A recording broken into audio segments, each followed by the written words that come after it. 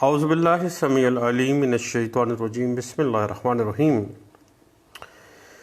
بات چل رہی تھی کرمنل انویسٹیگیشن پروسیجر، اسکوپ،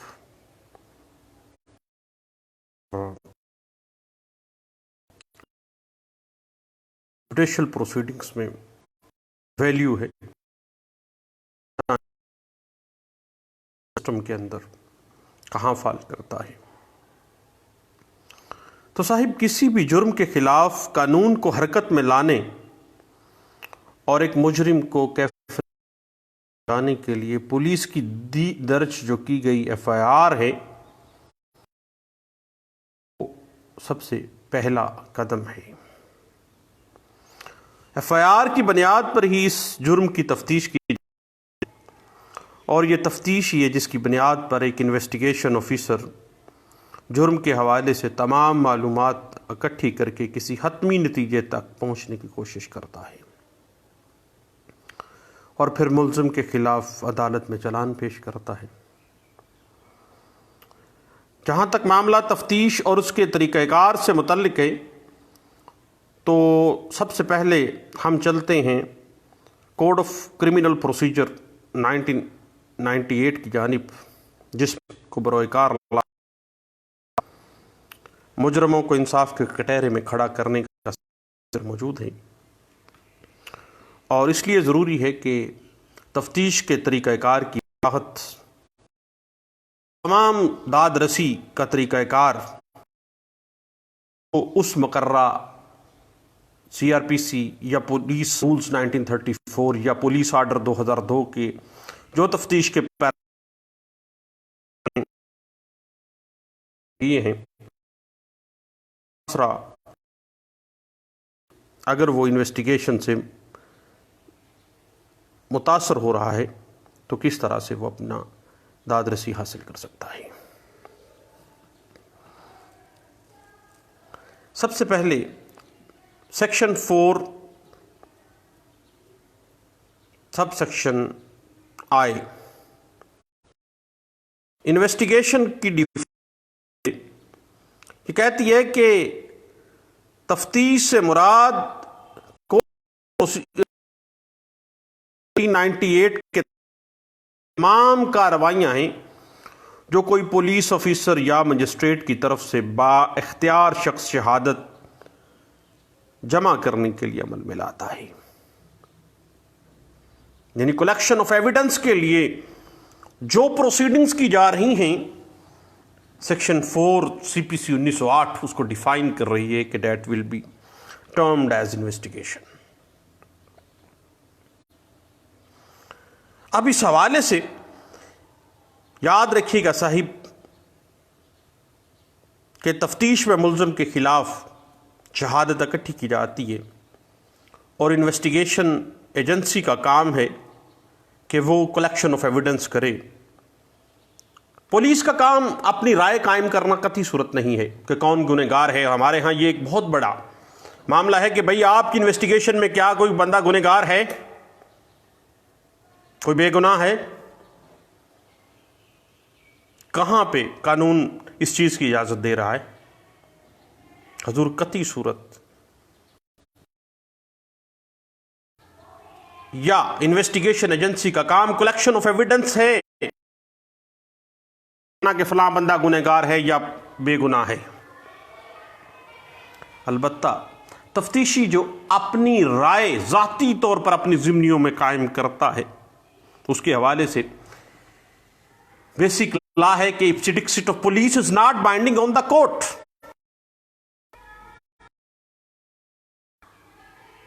اور یاد رکھیے گا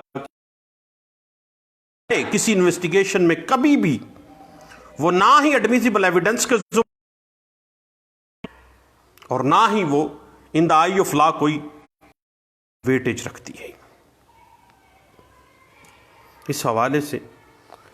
P L D 2014 supreme court page 241 جو ہے، اس حوالے سے میں کچھ گائیڈ لائنز سے دیتی ہے۔ اس کے بعد مجموعہ ضابطہ فوجداری 1898 کی سیکشن 155 کی روح سے کوئی بھی پولیس آفیسر کسی بھی ناقابل دست اندازی پولیس جرم میں مجاز مجسٹریٹ کے حکم کے بغیر تفتیش شروع نہیں کر سکتا ہے۔ البتہ سیکشن 156 CRPC کی روح سے جرائم قابل دست اندازی پولیس کے اندر جو تھانے کا SHO ہے وہ مجسٹریٹ کے حکم کے بغیر بھی ایسے جرم کی کوئی بھی اطلاع کرنے اور از خود تفتیش کے عمل کو شروع کرنے کا مجاز ہوتا ہے۔ یعنی جرم قابل دست اندازی پولیس کی تفتیش کے دوران کسی ناقابل دست اندازی پولیس جرم کی تفتیش بھی عمل میں لائی جا سکتی ہے۔ اس کے ساتھ اگر کوئی ایسا جرم اٹیچ ہے جو کاگنیزیبل ہے اور اس کے ساتھ کوئی نان کاگنیزیبل بھی اٹیچ ہے تو SHO اس حوالے سے بھی از خود بھی انویسٹیگیشن کا آغاز کر سکتا ہے۔ جہاں تک معاملہ سیکشن 155 CRPC ہے تو مجسٹریٹ کے حکم کے بعد جرائم ناقابل دست اندازی پولیس کے اندر بھی پولیس تفتیش سے متعلق وہی اختیارات استعمال کر سکتی ہے جو اس سے کاگنیزیبل اوفینس کی تفتیش کے حوالے سے اس کو حاصل ہیں۔ فرق صرف اتنا ہی ہے کہ بلا وارنٹ کسی کو نان کاگنیزیبل اوفینس میں گرفتار نہیں کیا جا سکتا۔ ہمارے ہاں یہاں پہ ہم نے دیکھا اور سنا بھی کہ تفتیش کروائی جاتی ہے۔ دیتے ہو قرآن، چلتے ہو مسجد میں، یاد رکھیے گا کہ سیٹلڈ پرنسپل ہے ایڈمنسٹریشن کہ برحلف جو قرآن پہ یا مسجد جا کے جو نیاں کیا جاتا ہے بنیاد پہ تفتیش کی جاتی ہے، اور انصاف کا جنازہ تو ہم نے ہائر کورٹس میں بھی قرآن کے سامنے بھی دیکھا کہ تفتیشی انہوں نے مسجد میں جا کے نیاں دیا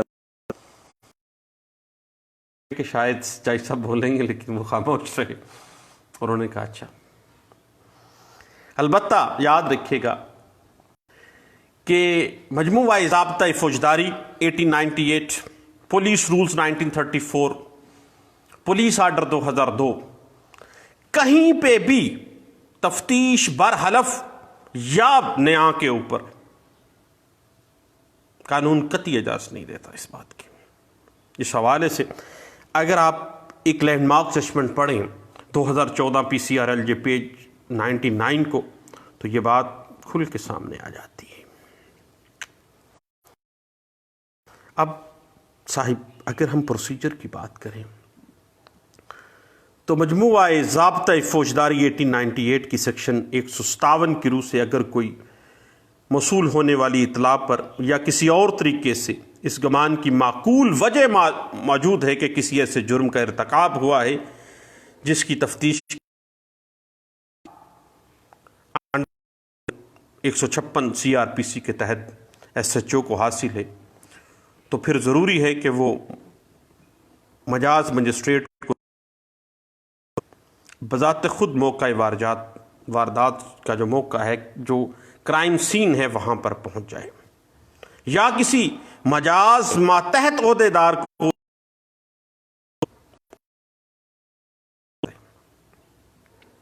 تاکہ موقع کے اوپر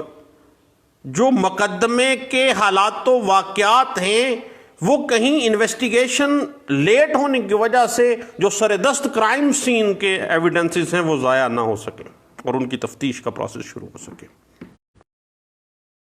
اور اگر وہ ضروری سمجھے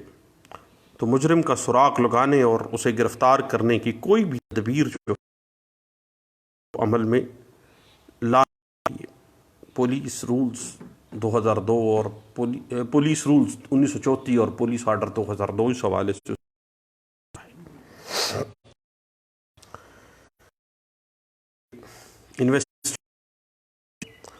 اپنے زیر تفتیش کیس کی اصل حقائق معلوم کرنے کے لیے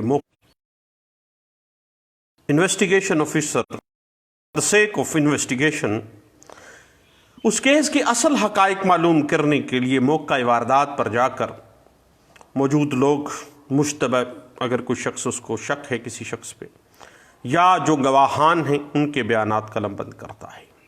اور جن شخص پہ کے اوپر جس بھی بندے کے اوپر اس کو شک ہو اس کی کو عمل میں لا سکتا ہے. اگر کوئی آلات جرم اس کے نالج میں آئے ہیں اور تفتیش سے متعلق کوئی دیگر اشیاء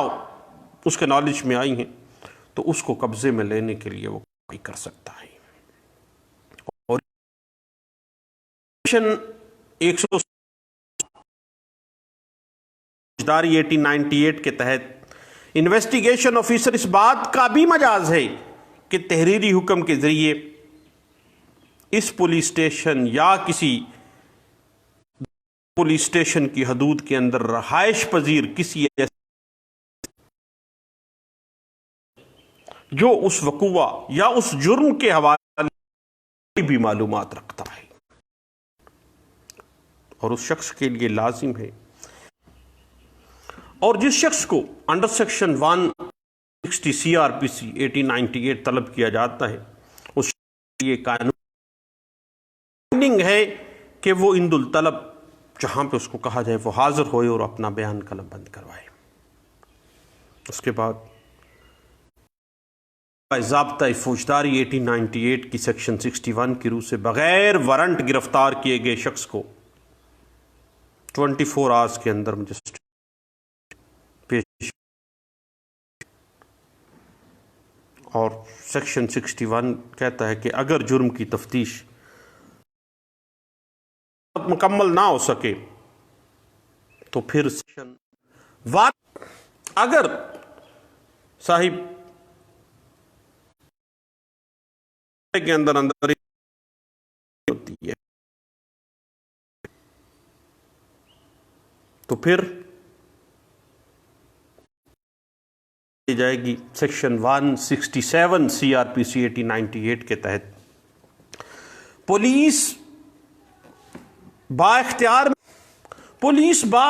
عدالت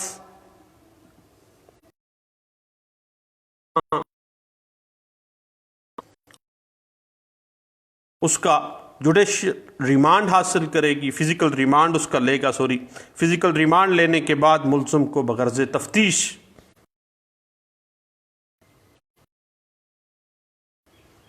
اپنی حراست میں ایک SHO رکھ سکتا ہے. اور حضور بات ذہن میں رکھیے گا کہ سیکشن 154 سے لے کے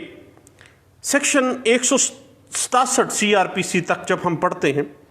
تو یہ بات واضح ہو جاتی ہے کہ ملزم کے خلاف تفتیش بنیادی طور پر 24 گھنٹے کے اندر مکمل ہونی چاہیے، لیکن جہاں ایسا ممکن نہیں ہے وہاں پہ زیادہ سے زیادہ 15 دن میں تفتیش مکمل ہونا مینڈیٹری. اس کے بعد دوران تفتیش